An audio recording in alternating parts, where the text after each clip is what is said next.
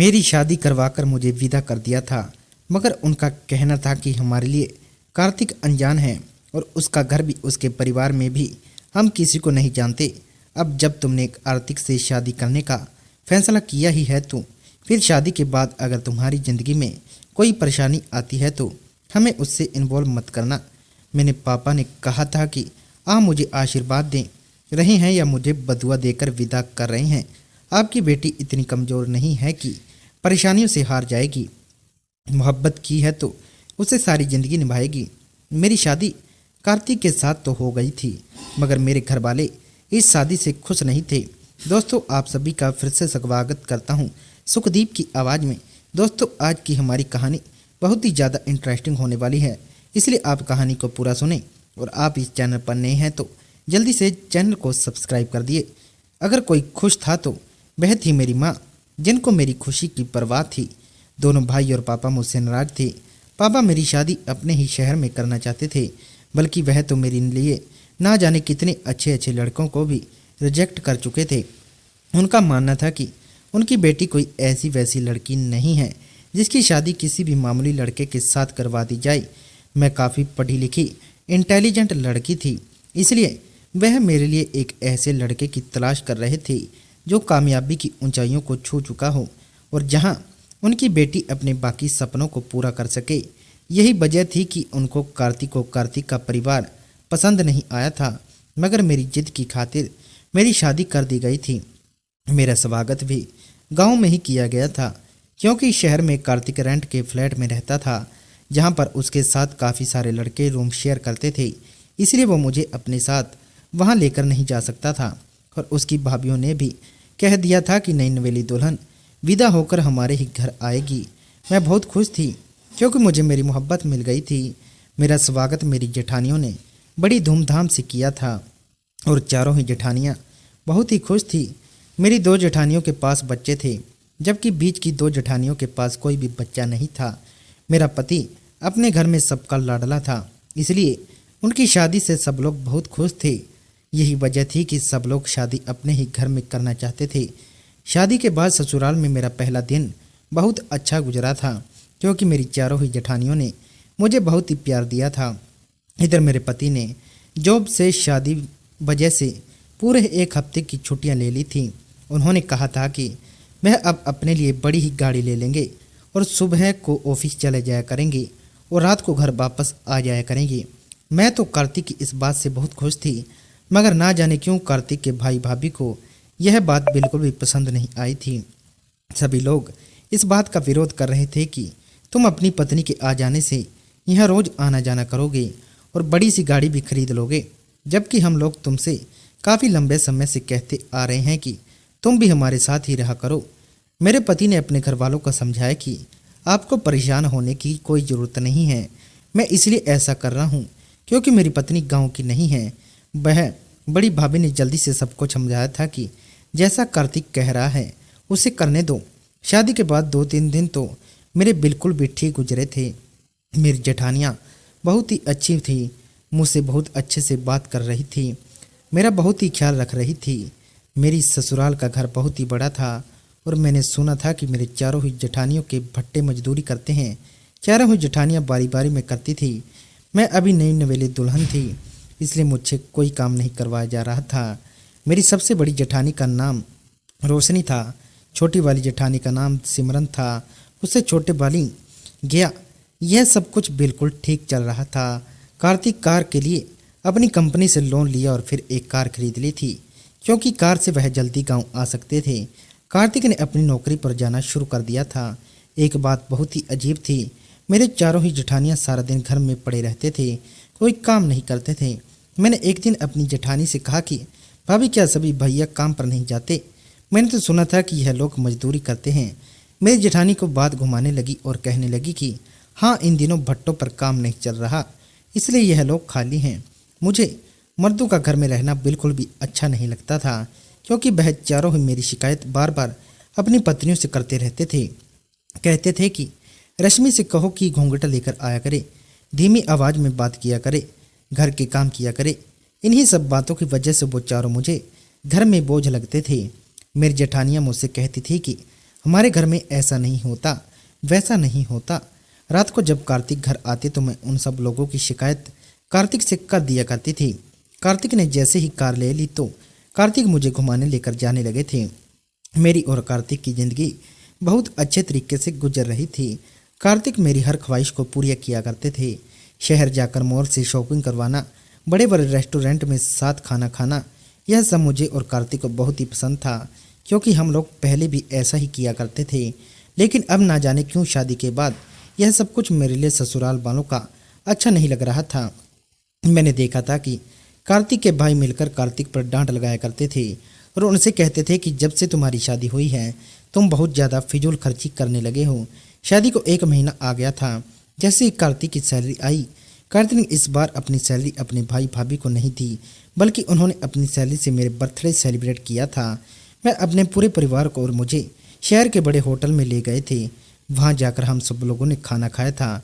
मेरी जेठानी को यह सब कुछ पसंद नहीं आया था, मगर कार्तिक की खुशी की खातिर वह लोग टोटल खाना खाने के लिए चले तो गए थे। लेकिन जब टेबल पर खाने का बिल आया तो बिल देखकर मेरी जेठानी बहुत गुस्सा आया, जिसमें कार्तिक मेरे लिए होटल में सजावट थी करवाई गई थी, मेरे लिए गिफ्ट भी लिए थे और सब लोगों को खाना भी खिलवाया था। हमारा परिवार भी बड़ा था, इसलिए खाने का बिल ज़्यादा आया था, मगर यह सब कुछ देख मेरी जेठानी को अच्छा नहीं लगा था।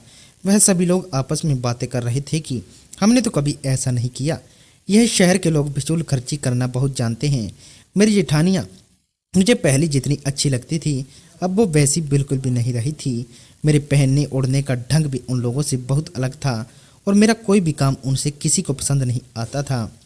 वो लोग मुझसे बात नहीं करते थे, सारा दिन एक साथ बैठकर मेरी बुराइयां करती थी।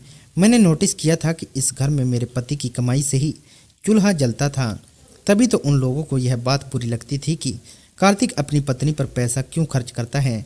फिलहाल मैं यह सब कुछ खामोशी से देख रही थी, क्योंकि मेरा पति बहुत अच्छा था, लेकिन घर वालों का बिहेवियर दिन बदीरा साथ बिगड़ता चला जा रहा था। यह बात जब मैंने कार्तिक को कही तो कार्तिक कहने लगे कि तुम्हें गलतफहमी हो रही है, मेरे भाई भाभी ऐसे नहीं हैं। मेरे भाई भाभी के बारे में कभी अपने मुंह से गलत शब्द मत निकालना, मैं नहीं सुन सकूंगा। कार्तिक ऐसा बोलते थे, इसलिए मैंने कार्तिक को उनके भाई भाभी के बारे में कुछ भी बताना छोड़ दिया था। एक दिन मैंने देखा कि मेरी सारी ही जेठानियां सर जोड़कर मेरे बारे में कुछ बातें कर रही थी। जब अचानक उसके पास गई तो वह मुझसे देखते ही खामोश हो गई थी। मैंने उनसे कहा कि क्या हुआ भाभी, आप लोग मुझसे नाराज हो क्या? तो मेरी पायल भाभी कहने लगी, नहीं नहीं रश्मि, ऐसी कोई बात नहीं है, बल्कि हम लोग तो अभी तुम्हारे बारे में ही बातें कर रहे थे, यह कि तुम कितनी अच्छी हो। वो क्या कहने लगी, हमें ऐसा लगता है कि तुम्हारा और कार्तिक का रिश्ता कुछ कमज़ोर चल रहा है। मैंने कहा कि नहीं, ऐसा तो नहीं हो सकता। कार्तिक को मुझसे बहुत प्यार करते हैं और हम दोनों एक दूसरे के साथ बहुत खुश रहते हैं। पायल भाभी कहने लगी कि अरे उस तरह का रिश्ता नहीं, बल्कि दूसरी तरह का रिश्ता। इस पर मेरी सारी ही जेठानियाँ हंसने लगी थी, जबकि मैं उसकी बात का कोई मतलब नहीं समझी थी। उन्होंने कहा, देखो तुम्हारी शादी को 2 महीना लग गया, वक्त गुजरने के साथ साथ तुम्हारा पति तुमसे बोर हो जाएगा। हम चाहते हैं कि जिस तरह से हमारे पति भी अभी तक हमारे दीवाने हैं, इस तरह से कार्तिक भी तुम्हारा हमेशा दीवाना रहे। मैंने कहा, आप लोग क्या कहना चाहती हैं? तो वह कहने लगी कि कुछ नहीं, रात को हम तुम्हें सब कुछ समझा देंगे। रात को जब मेरे पति कमरे में आए तो थोड़ी देर के बाद ही मेरे सबसे बड़ी जेठानी भावना भाभी कमरे में आई और उन्होंने कार्तिक को कमरे से बाहर जाने के लिए कहा। उन्होंने मेरे हाथ में खामोशी से छोटी सी एक पोटली दी जो काले रंग की थी। उन्होंने कहा कि मेरी जाने के बाद इसे खोलकर देख लेना और इसमें कुछ है, उसे पानी के साथ पी लेना। तुम्हारा पति हमेशा तुम्हारा दीवाना रहेगा और हमेशा तुमसे। मैं उनकी बात समझ गई थी, लेकिन अभी मेरी शादी को इतना वक्त नहीं हुआ था कि मेरा पति मुझसे बोर हो जाता, मगर फिर भी मैंने उनकी दी गई चीज़ अपने हाथ में दबा ली और अपने पति के कमरे में आने से पहले ही पानी से खौल लिया था। वह मुझे फिटकरी जैसी लग रही थी। उसके बाद मैंने उसे काले कपड़े को फेंक दिया, मगर ना जाने कि उस फिटकरी को खाते ही मुझे कुछ अजीब सा महसूस हुआ। अगले दिन फिर से रात के समय मेरी दूसरी जेठानी आई और उन्होंने भी ऐसा ही किया था। अब हर दिन एक एक करके बारी बारी मेरी सारी जेठानियाँ कमरे में आती और मुझे फिटकरी खामोशी से काले कपड़े में लपेटकर उसकी पोटली बनाकर मुझे दे जाती थी और मैं उनके जाने के बाद पानी से उसे खा लिया करती थी। उनका कहना था कि इसमें तुम और तुम्हारे पति की जवानी बरकरार रहेगी। हमारे गांव की सारी ही औरतें ज़्यादातर यही खाती हैं। मैंने उनकी बातों पर यकीन कर लिया था, मगर धीरे धीरे मैं अपने अंदर बदलाव महसूस कर रही थी। मुझे अकेलेपन से बहुत डर लगने लगा था। ऐसे लगने लगा था जैसे कोई मुझ पर नज़र रख रहा है। मैं जब अपने कमरे में होती, अचानक से एक अजीब सी हवा आती और मुझे छूकर गुजर जाती थी। मुझे ये सब कुछ बिल्कुल भी अच्छा नहीं लगता था। और तो और मुझे बुखार भी रहने लगा था।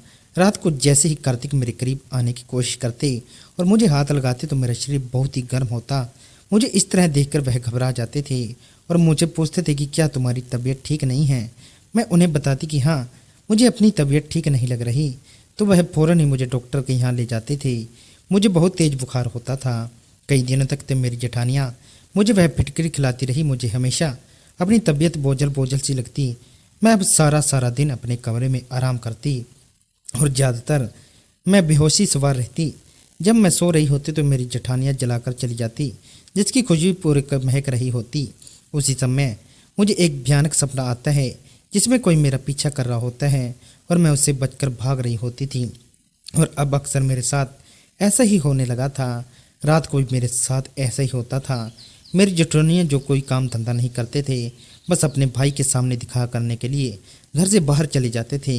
लेकिन उनके नौकरी पर जाते ही वह वापस घर आ जाते थे।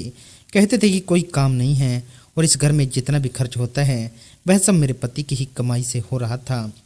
अब जब मैं भी बीमार रहने लगी थी, तभी से ना तो मेरे पति मुझे बाजार लेकर जा रहे थे और ना ही हम टोटल खाना खा रहे थे। यहाँ तक कि मेरे पति मेरे करीब बैठकर मुझसे कोई बात भी करने की कोशिश तो करते, मुझे वह भी अच्छा नहीं लगता था। मेरा मन करता बस कार्तिक मुझसे किसी तरह दूर हो जाए। मैंने नोटिस किया था कि सारा दिन मैं सोती रहती थी और अगर मैं जाग रही होती तो मुझे डर लगता रहता।